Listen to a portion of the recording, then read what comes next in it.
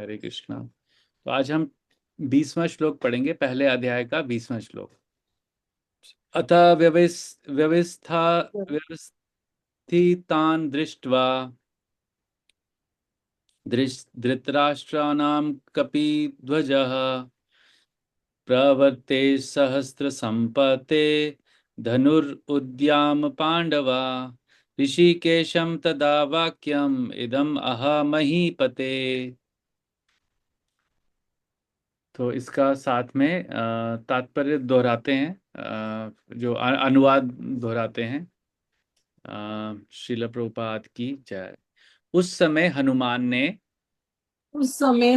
ने अंकित ध्वजा लगे रथ पर अंकित ध्वजा लगे रथ पर आसीन पांडुपुत्र अर्जुन आसीन पांडुपुत्र अर्जुन अपना धनुष उठाकर अपना धनुष उठाकर तीर चलाने के लिए उद्यत हुआ। तीर चलाने के लिए उद्यत हुआ।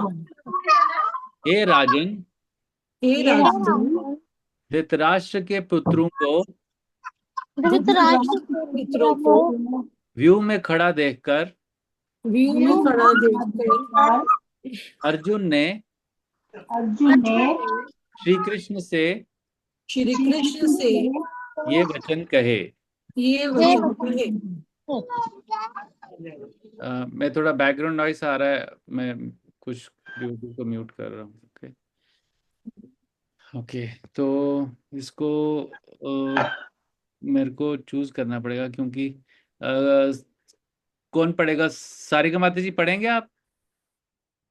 अनुवाद पढ़िए, ये तात्पर्य पढ़िए। हरे कृष्णा। हम्म। युद्ध प्रारंभ होने ही वाला था। उपर्युक्त कथन से ज्ञात होता है कि पांडवों की सेना की अप्रत्याशित व्यवस्था से धृतराष्ट्र के पुत्र बहुत कुछ निरुत्साहित थे, क्योंकि युद्ध भूमि में पांडवों का निर्देशन भगवान कृष्ण के आदेशानुसार हो रहा था। अर्जुन की ध्वजा पर हनुमान का चिन्ह भी विजय का सूचक है, क्योंकि हनुमान ने राम तथा रावण युद्ध में राम की सहायता की थी, जिससे राम विजयी हुए थे। इस समय अर्जुन की सहायता के लिए उनके रथ पर राम तथा हनुमान दोनों उपस्थित थे।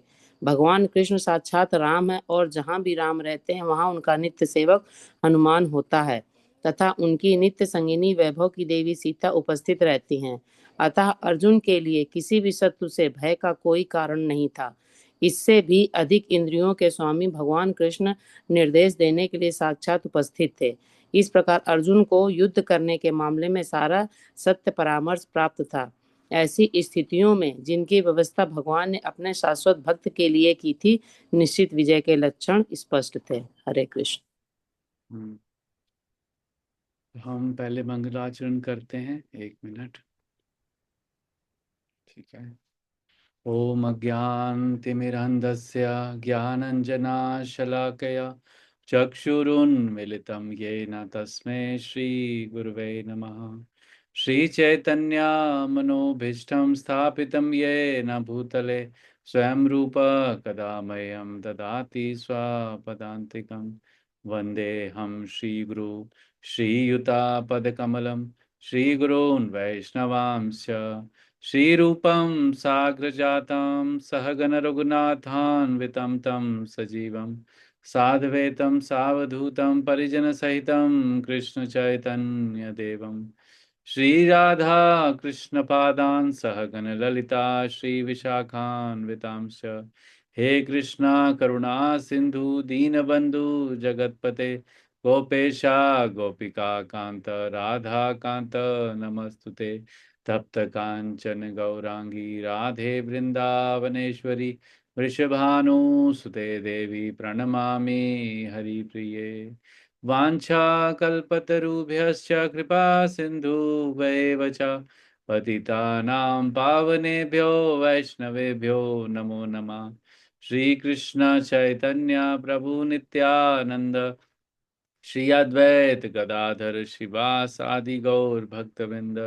हरे कृष्णा कृष्णा कृष्णा हरे हरे, हरे राम राम राम हरे हरे। नमो विष्णुपादाय कृष्ण पृष्ठाय भूतले श्रीमते भक्ति वेदांत स्वामी निति नामिने नमस्ते सरस्वते देवे गौरवाणी प्रचारिणे निर्विशेष शून्यवादी पाश्चात्य देश तारिणे। श्रील प्रभुपाद की जय, गौरविंद की जय। तो अब यहाँ पर इसको फिर से देखते हैं। तो अभी संजय बोल रहे हैं उस समय हनुमान, मतलब किस समय, जब पिछले वाले श्लोक का रेफरेंस आ रहा है कि जब पांडवों की सेना के योद्धाओं ने शंख बजाए और उसकी ध्वनि से बता रहे हैं कि जो धृतराष्ट्र के पुत्र थे, तो यहाँ पर धृतराष्ट्र के पुत्र मतलब जो कोरु थे, तो इनके मन को क्या हुआ, विदीर्ण हो गया उनका मन। तो उसके बाद जब ये घटना हो गई, जब उनके मन विदीर्ण हो गए, उनके अंदर बहुत भय आ गया, उस समय, अब वहां से आगे कंटिन्यूटी चल रही है। उस समय हनुमान से अंगित ध्वज लगे रथ पर आसीन पांडुपुत्र अर्जुन अपना धनुष उठाकर तीर चलाने के लिए उद्यत हुआ। हे राजन, धृतराष्ट्र के पुत्रों को व्यूह में खड़ा देखकर अर्जुन ने कृष्ण से ये वचन कहे। तो दो पार्ट्स हैं इस श्लोक में, एक आगे फ्यूचर के बारे में बताया जा रहा है और एक प्रेजेंट के बारे में। तो इसमें अर्जुन का क्या मनोभाव यहां समझ आ रहा है कंपेयर टू धृतराष्ट्र का मनोभाव, जब उसने कौरवों के शंख बजने के बाद में धृतराष्ट्र का क्या भाव था, और यहाँ पांडवों के शंख बजने के बाद में अर्जुन का क्या भाव था, ये थोड़ा सा इस पे डिस्कस करते हैं। बताइए।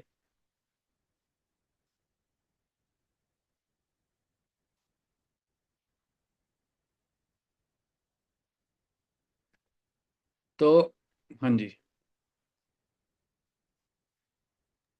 क्योंकि धृतराष्ट्र के जो पुत्र थे वो तो उनके हृदय विदीर्ण हो गए थे, बहुत डर गए थे, क्योंकि हम्म। जो ये शंखनाद हुआ था इनकी तरफ से, ये बहुत, इसे कहते हैं इंग्लिश में वॉर क्राइज, हम्म। बहुत तेज गरजाहट के साथ हुआ था, तो वो कांप गए थे उनके हृदय। हम्म।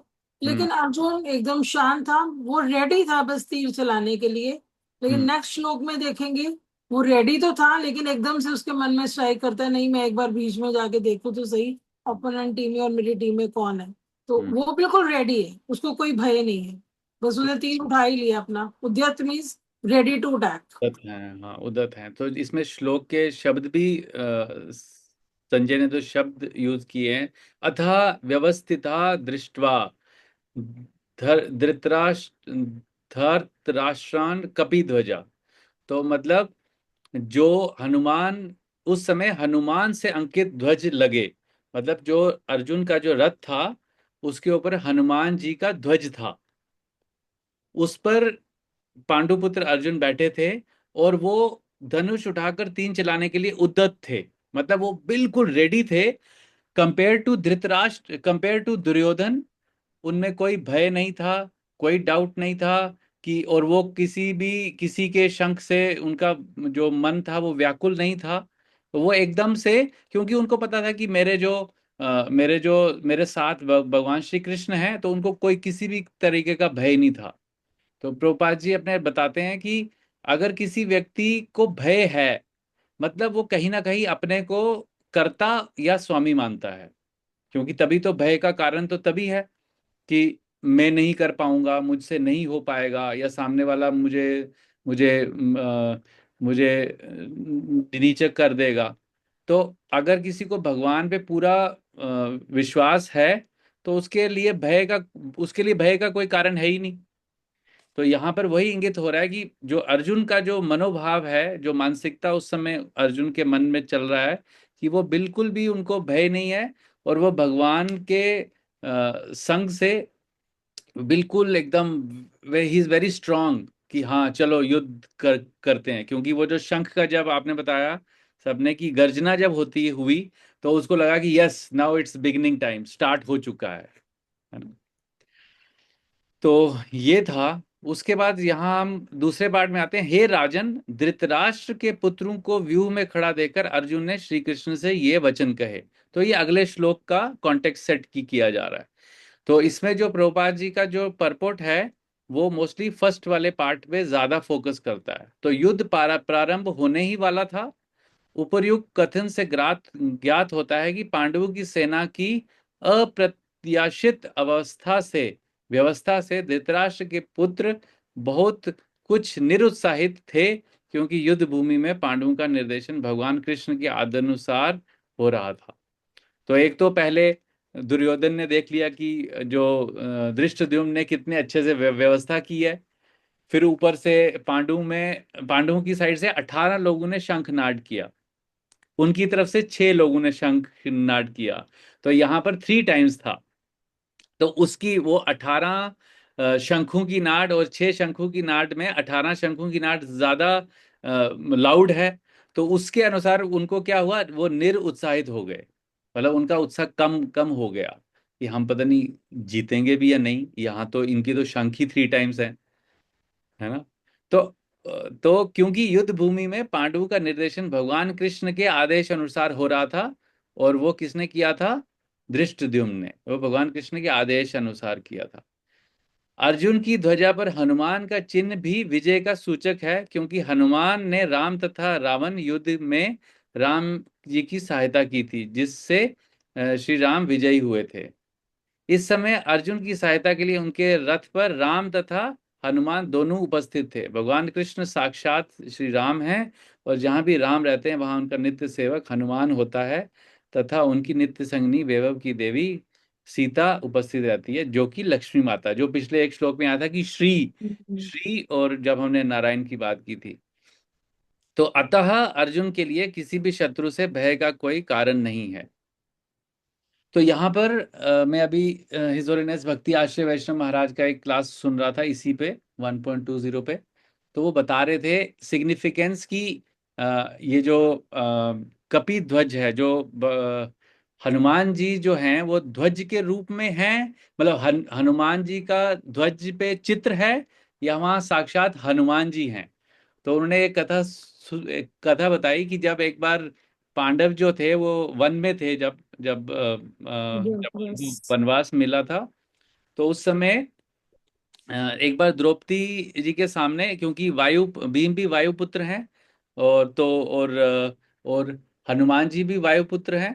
तो भीम के सामने एक सहस्त्र पंख वाले, 1000 पंख वाले लोटस फ्लावर ऊपर से गिरे। तो वो द्रौपदी माता उनको देख के बहुत ही उनको अचंभा हुआ कि ये इतने अच्छे और इतने 1000 लीव्स वाले लोटस फ्लावर हैं। तो उन्होंने अपने पति को बोला, भीम को, कि मुझे ये फूल और क्वांटिटी में चाहिए, हमारा पूजा के लिए कम फूल हैं, और ये फूल जो ऊपर से गिरे हैं ये थोड़े सड़े हुए हैं। तो उन्होंने बोला अच्छा ठीक है। अब उनको था कि अब तो मेरे को इसने कुछ मांगा है पत्नी ने पूजा के लिए, तो ला के देना पड़ेगा। तो वो बोलते हैं, तो वो ढूंढते ढूंढते ढूंढते ढूंढते वो चले जाते हैं कहाँ पे, पर्वत में, नॉर्थ की तरफ आते हैं। तो वहां पे हिमालय में जब जाते हैं, तो वहां पे वो चल रहे होते हैं। तो हनुमान जी जो हैं वो अपना, जब राम जी जब रावण का जब युद्ध होता है, तो उसके बाद जब वो थक के, तो वहाँ जो पर्वत हैं वहां पर जाके वो विश्राम कर रहे हैं। तो आज भी वो हैं वहाँ।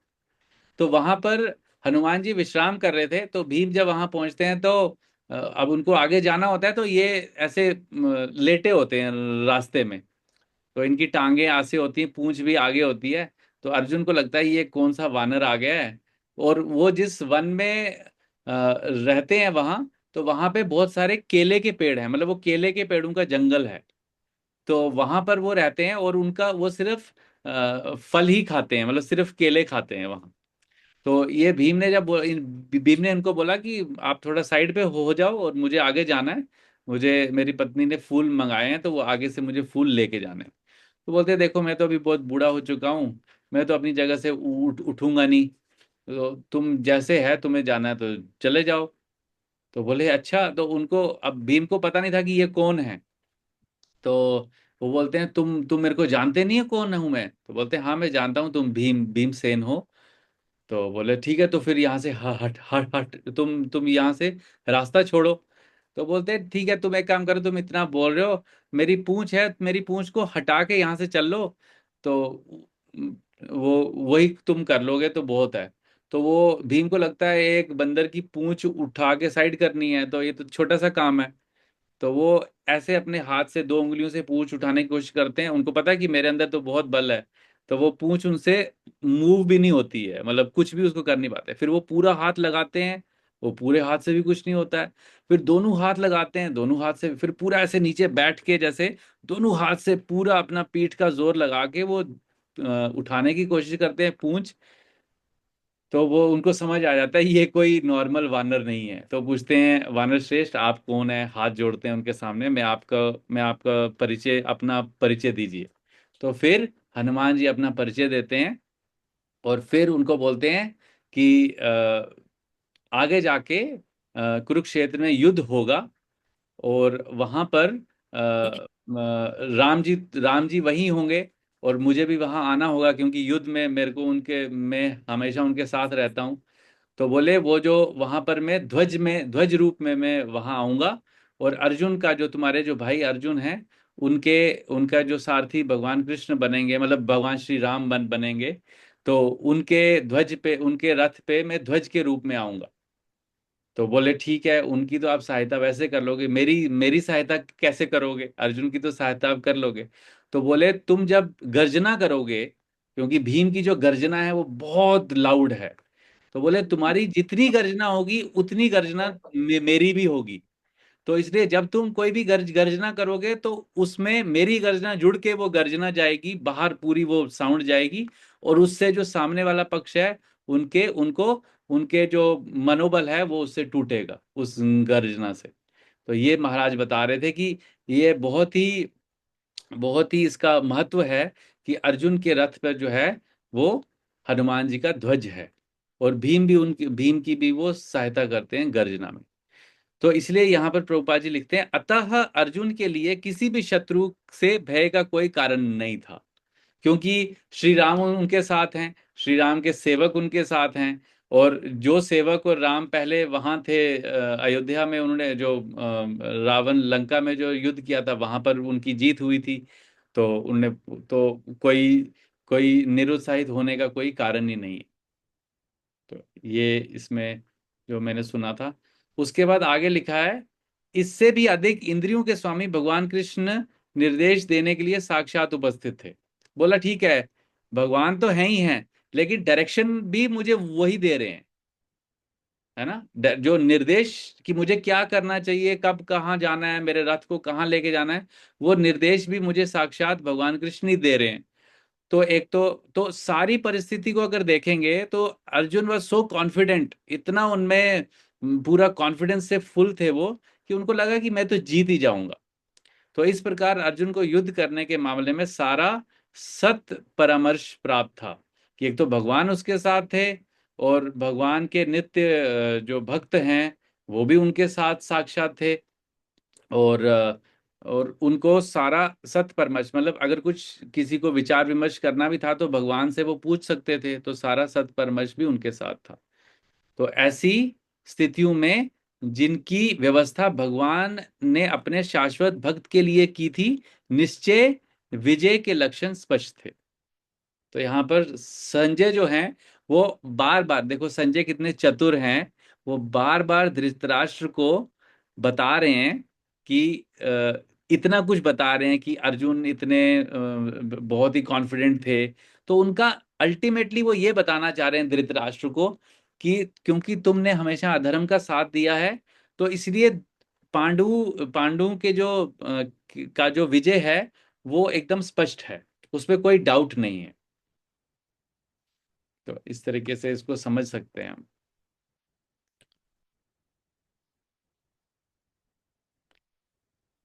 उसके आगे में आगे वाले श्लोकों में, हे राजन धृतराष्ट्र के पुत्रों को व्यूह में खड़ा देखकर अर्जुन ने श्री कृष्ण से ये वचन कहे। तो आगे में उनको बोलते हैं, सैन्यो भ्योर मध्य रथ स्थापन मुच्य। तो वो तो आगे हम पढ़ेंगे। अब पहली बार अर्जुन अर्जुन जो है वो भगवान कृष्ण से अब बात कर रहे हैं कि अब मेरी सेना को आगे लेके जाओ। तो वो हम ये दो दो हैं श्लोक, 2 या 3 श्लोक हैं। उसके बाद फिर अर्जुन अपने डाउट्स लेके शुरू होंगे। वो बोलेंगे कि ये मेरे पितामह हैं, मेरे ये हैं, सारे अपने लोगों को देखेंगे, परिवार के लोगों को। तो धीरे धीरे उनका जो है वो मोह बढ़ेगा, जो अटैचमेंट है वो उनकी व्यक्त होगी। और जितना अभी वो उत्साही हैं उतने ही वो निरुत्साही होंगे। क्यों? Because of attachment. तो वो हम आगे उसको डिस्कस करेंगे। तो आप लोग अपने कमेंट्स, अपने व्यूज शेयर कर सकते हैं। इससे क्या सीख मिलती है वो भी बता सकते हैं।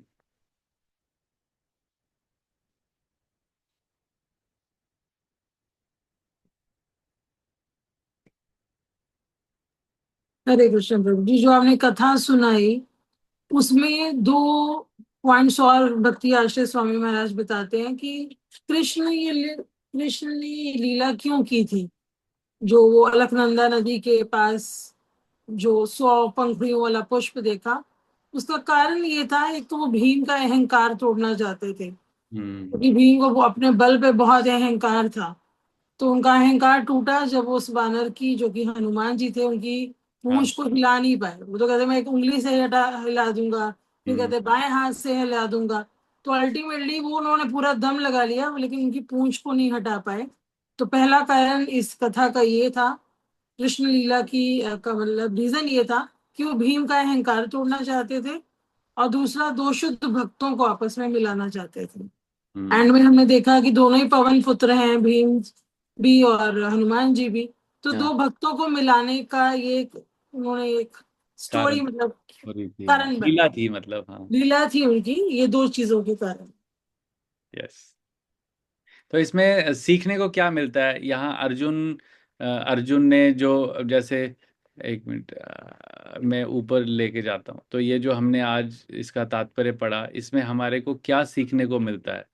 और वो ऋषिकेश वर्ड को भी बहुत अच्छा एक्सप्लेन करते हैं कि हमारे भय का कारण हमारी इंद्रिय है। हाँ। जब अर्जुन ने जाना कि इंद्रियों के स्वामी साक्षात मेरे रथ पर मेरे सारथी बने हुए हैं, तो उन्हें डरने की कोई आवश्यकता ही नहीं थी। यस। तो ये भी उनके भय को दूर करने का एक कारण था कि हमारे भय का कारण हमारी इंद्रियां ही रहती हैं, और यस। इंद्रियों के स्वामी स्वयं विराजमान है उनके रथ पे सारथी के रूप में। तो इसलिए अर्जुन जो है वो भय मुक्त थे। यस। और इसमें हमने पिछले श्लोक में भी पढ़ा था यही, कि जो एक शुद्ध भक्त होता है उसकी इंद्रियों को भगवान डायरेक्ट निर्देशन में, अपने निर्देशन में लेके आते हैं। तो इसलिए अर्जुन को कोई डाउट नहीं था कि मैं क्या करूंगा क्या नहीं करूंगा, वो भगवान खुद ही देख लेंगे।